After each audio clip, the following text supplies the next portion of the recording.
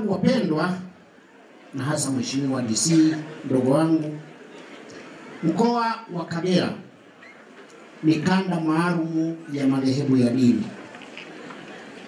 Bila mkono wa dini katika mkoa huu ungepata tabu sana, kwa sababu sehemu kubwa ya huduma za jamii kabla na baada ya uhuru zimetolewa na makanisa.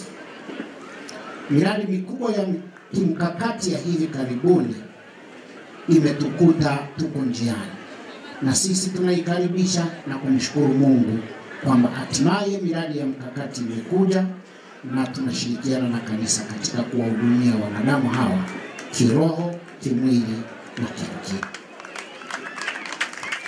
Kanisa kwa zaidi ya miaka 150 hapa mkoani tumefanya kazi kubwa. Ndiyo maana baadhi yenu mliposikia eti kuna neno kufunga kanisa, mlinipigia simu mkiwa mmetaharuki. Nikasema msiwe na wasiwasi. Hapa mkoani hakuna binadamu hata mmoja ambaye bado anaishi anayejua kanisa hapa Kagera lilifunguliwaje. Kizazi cha kwanza kimeshaondoka, cha pili kimeondoka, cha tatu kimeondoka, cha nne kimeondoka. Sisi tunaoongoza ni kizazi cha 5 cha kanisa. Kwa hiyo habari ya kufunga kanisa msiwe na wasiwasi. Halitafungwa, kanisa lenu liko salama. Nasema haya kuatia moyo, msiache kuendelea kuiunga mkono kanisa. Msiache kuendelea kuiunga mkono serikali. Na kwa hapa nitie nukta, nirudi kwa Mheshimiwa DC. Ndugu zangu, nataka niwahakikishie na nimhakikishie Mheshimiwa DC, tunaye rais mmoja na tuna wawili. Ni huyu mmoja ndiye ambaye Mungu aliyetupa.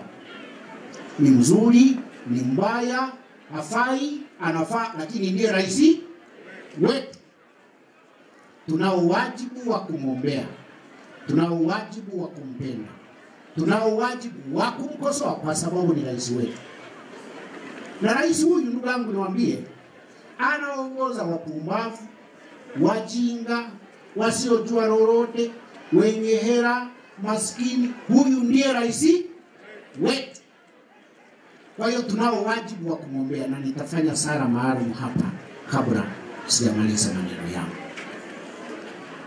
Mpaka leo hii ninapoongea, kuna maeneo mkoa huu wa Kagera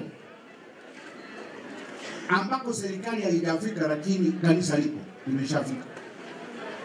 Wao wanawakumbuka wakati wa kupiga kura, ndio wanaenda kutafuta kura. Baada ya hapo hawapo. Maeneo katika mkoa huu unafahamu.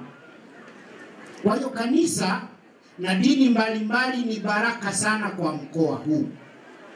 Ni kwa sababu hiyo, kwa unyenyekevu mkubwa, na niko tayari kupiga hata magoti, nitumie fursa hii ya shukrani kwenu nyote, lakini mbele ya serikali yetu, kwa sababu Mheshimiwa DC yupo, kuiomba serikali yetu pendwa tunayoipenda na kuitumikia iendelee kuliunga mkono kanisa. Na kwa njia hiyo serikali yetu ijitenge na upepo mpya eti wa kufunga kanisa. Ijitenge nao, kwa sababu tunaipenda na yeye inalipenda kanisa. Ninaomba hekima itumike na Roho Mtakatifu tunayemwadhimisha leo aendelee kutawala. Hata inapotokea mambo mabaya, unajua kanisa hili kuna maaskofu wajinga kama mimi, binadamu kabisa. Ukiwaangalia, ukiondoa huu tukufu tunaovishwa, ni binadamu wajinga, watukutu, wenye dhambi sawa na mtu mwingine yote. Tunayafanya haya tunayoyafanya kwa neema ya Mungu aliyetuleta. Kwa hiyo hata inapotokea mambo mabaya yametendwa ndani ya kanisa, hekima na mapokeo ya mababa ni kufanya ibada ya kulitakasa kanisa. Yana mengia askofu mpumbavu akafanya jambo ndani ya kanisa, tunaitana kufanya ibada ili kufanya nini? Kulitakasa, hatulifungi. Kwa hiyo niendelee kusisema tena kwa unyenyekevu na machozi mengi, kanisa hili linaongozwa na hao wanadamu wenye mwili na nyama. Dola yetu inaongozwa na wanadamu hawa wenye mwili na nyama. Wote twende chini ya msalaba, tutakaswe na damu ya Kristo ili taifa letu liweze kuwa na amani. Kama nimewaudhi, naomba mnisamehe. Na niko tayari kuweka mikono nyuma yangu hapa, mwenye pingu aje anifunge, lakini kanisa libaki salama. Mimi nifungwe, kanisa libaki salama, kwa sababu tunalihitaji. Nani tungechezea wapi muziki kama huu leo? Muziki kama leo tungechezea wapi? Kwa hiyo kanisa la Mungu liendelee kuhudumia watu, na viongozi wapumbavu kama mimi wakifanya makosa, kamata, funga ndani, sukuma ndani, sukuma ndani, sukuma ndani. Lakini kanisa la Mungu libaki salama. Kanisa la Mungu lisifungwe kwa ajili ya upumbavu wa kiongozi mmoja. Pentekoste ni siku ya kufungua kanisa. Mhubiri wetu ametuambia.